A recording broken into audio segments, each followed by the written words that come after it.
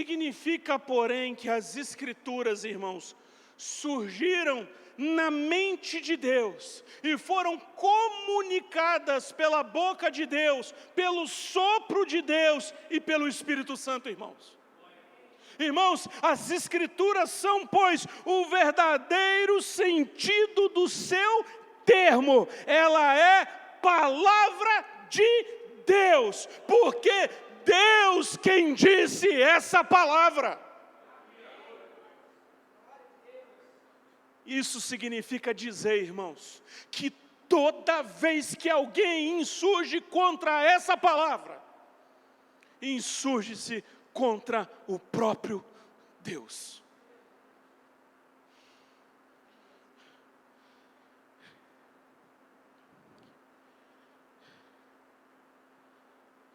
Interessante.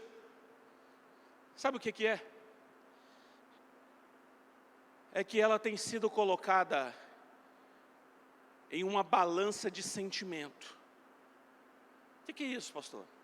Isso é o seguinte, é que talvez aquilo que eu acho pecado, não é pecado para você.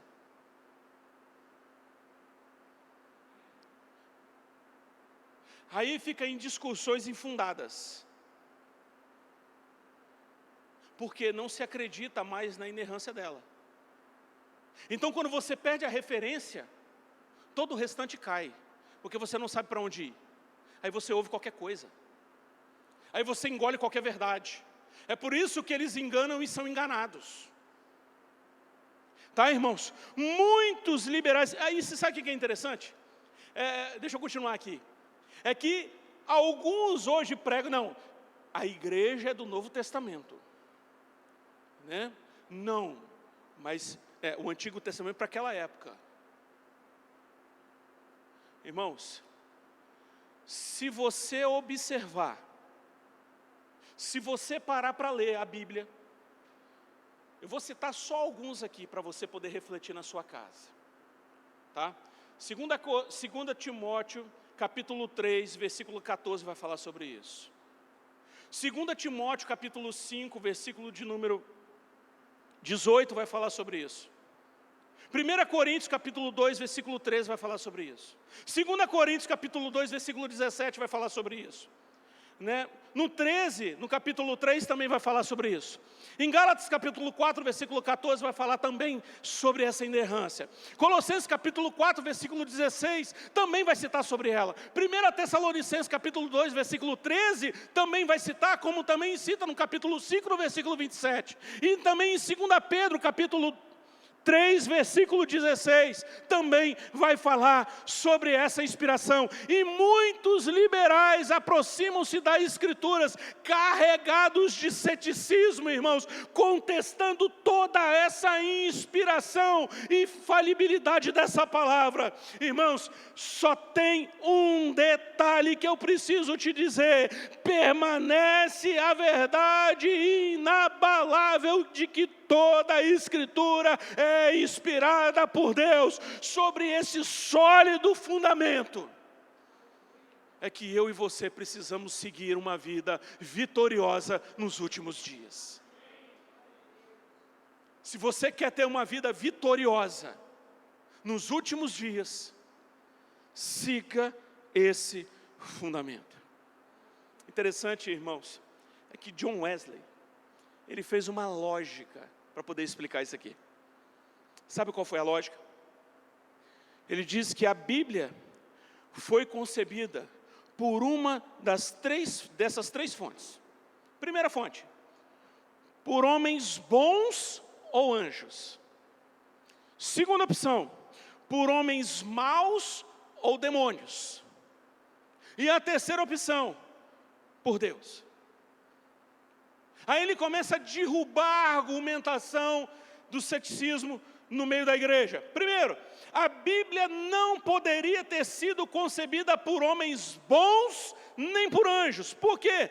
Ambos não poderiam escrever um livro em que mentisse em cada página escrita onde houvesse as palavras: assim diz o Senhor. Então um homem bom e piedoso e anjo jamais iria dizer que a autoria da Bíblia fossem deles. Jamais. Segundo, a Bíblia não poderia ter sido concebida por homens maus ou demônios. Sabe por quê, irmãos? Porque não poderia escrever um livro aonde ordena a prática de todos os bons conselhos, proíbe o pecado e descreve o castigo eterno a todos aqueles que se insurgirem contra essa palavra. Os demônios não iam escrever isso. Portanto, irmãos, nós podemos concluir, graças a Deus, que essa palavra foi concebida por Deus e revelada aos homens. Mas para que propósito? Qual o propósito?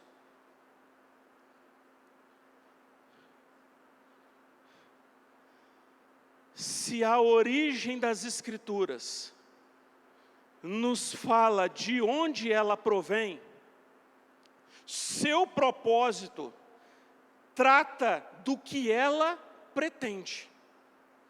Concordam comigo, irmãos? As Escrituras, irmãos, ela tem 3 propósitos. Sabe qual é o primeiro? Conduzir as pessoas à salvação.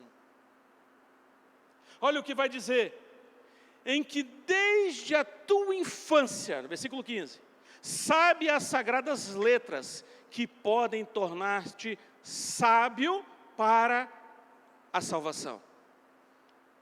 A Bíblia, irmãos, é o maior manual de salvação.